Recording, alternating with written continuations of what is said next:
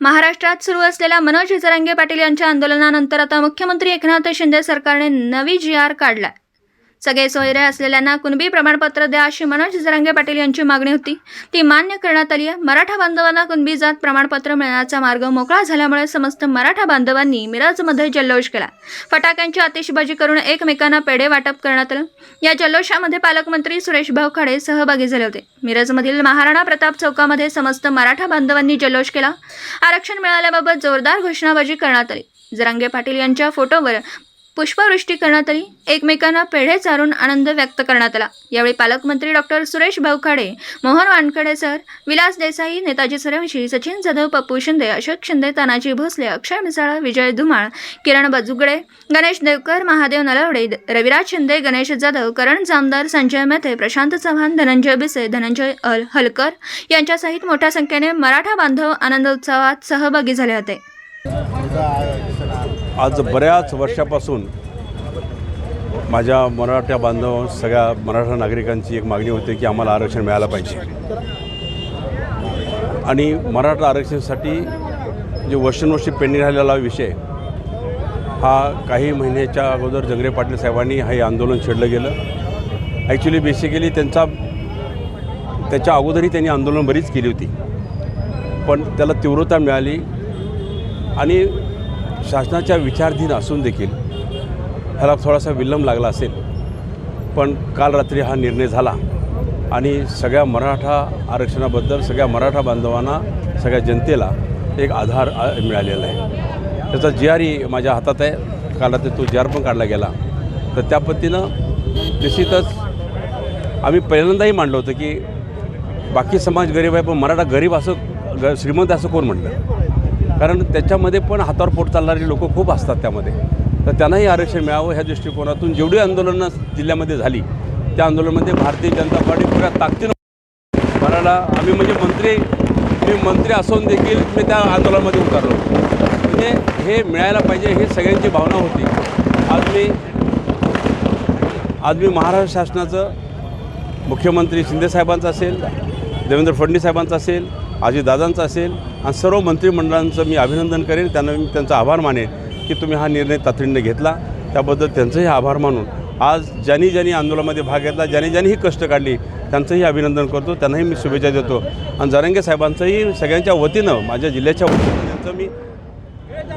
वतीनं त्यांचं मी अभिनंदन करतो की त्यांनी ही बाजू ठाम मांडली गेली, न हाडता उपोषण केली, सगळं म्हणजे शेवटी जीवावर बितून ही आंदोलन केलं मराठ्यासाठी. त्यामुळे त्यांचंही मी अभिनंदन करतो. आणि निश्चितच ह्यामध्ये काही त्रुटी असतील, काय त्रुटी म्हणजे सगळ्याच आता हे जी.आर.मध्ये आता केलं की सगळे सोयरे बाकीच्या गोष्टी आपण त्या घ्यायचं ते मान्य केलं सगळं त्यांनी, पण त्यामध्ये आणखी काय त्रुटी असतील त्या त्रुटी आपल्या बेसवर आपण करू शकतो. पण मेन विषय हा सगळा संपलेला आहे. त्यामुळे निश्चितच आज मराठा समाज आणि मराठा समाजाबरोबर आमच्यासारख्यांचा पण आनंदोत्सव आहे. कारण आमच्याबरोबर तुम्ही आला, सगळ्यांनी मागण्या मान्य केल्या, त्याबद्दल तुम्हालाही शुभेच्छा देतो आणि धन्यवाद. आणि ह्यासाठी निश्चितच पुढं काही प्रॉब्लेम असेल तर एक पालकमंत्री नात्यानं मी तुमच्याबरोबर ठामपणे उभा आहे, एवढं मी सांगतो. धन्यवाद. गेले 40 वर्षापासून सुरू असलेला मराठा आरक्षणाचा लढा, याच्यामध्ये प्रमुख हुतात्मा आमचे अण्णासाहेब पाटील यांनी स्वतःच्या प्राणाची आहुती दिली. त्याच्यानंतर कित्येक मराठा लोकांनी बलिदान केलेलं आहे आणि या लढ्याला काल यश आलेलं आहे. या आमच्या प्रमुख मागण्यापैकी ज्या 37 लाख कुणबी नोंदी मराठवाड्यामध्ये सापडलेल्या आहेत त्याचा तातडीनं जी.आर. काढून त्या लोकांना ओबीसीमध्ये समावेश करा, अशा प्रकारचा जी.आर. काल निघालेला आहे.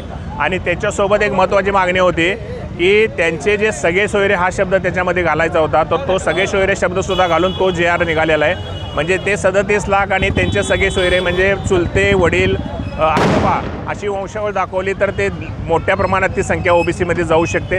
ह्याच्याबरोबरच ज्या नोकर भरती आमची SC, BC आणि EWS आणि ओबीसीच्या जे स्टे मिळाला होता त्याच्यामध्ये रखडलेले होते, त्याच्यासुद्धा त्या नोकर भरती करण्याचा मार्ग मोकळा झालेला आहे. आणि या सर्व प्रक्रिया जोपर्यंत पूर्ण होत नाहीत तोपर्यंत कोणत्याही प्रकारची शासन भरती जर करणार असेल तर ती भरती थांबवण्यात यावी आणि तेवढा कोटा मराठ्यांचा बाजूला ठेवावा, अशा प्रकारचा सुद्धा एक जी.आर. झालेला आहे. याच्याप्रमाणेच मराठ्यांना KG to PG मराठा मुलामुलींना शिक्षण मोफत केलेलं आहे आणि ओबीसीच्या धर्तीवर जे काय शिक्षणामध्ये लाभ आहे ते सर्व लाभ द्यायचं सरकारनं मान्य केलेलं आहे. ह्याच्यासोबत अनेक महत्त्वाचा मुद्दा होता की 2016पासून ज्या मराठा मुलांच्यावर या आंदोलनाच्या गंभीर केसेस होत्या, 307 सारखे गुन्हे होते, ते गुन्हे अतिशय म्हणजे कालच्या अंतरवाली सराटीमध्ये जे लाठीचार्ज झाला ते गुन्हेसुद्धा संपूर्णपणे मागं घ्यावयाचा GR कालच मुख्यमंत्र्यांनी काढलेला आहे. अशा प्रकारचे बरेचसे GR काढलेले आहेत आणि याच्यानंतर आता मराठा समाजाचा SCBCमध्ये समावेश होण्याचा जो मुद्दा आहे तो सुप्रीम कोर्टामध्ये क्युरेटिव्ह पिटिशन ओपन झालेला आहे आणि आता जो सर्वे कालपासून चालू झालेला आहे हा सर्वे 31 तारखेला संपेल आणि या सर्वेचा रिपोर्ट मागासवर्गीय आयोगामार्फत सुप्रीममध्ये जाईल आणि सुप्रीमनं तो मान्य केल्यानंतर पुन्हा काही समाज SCBCमध्ये जाऊ शकतो.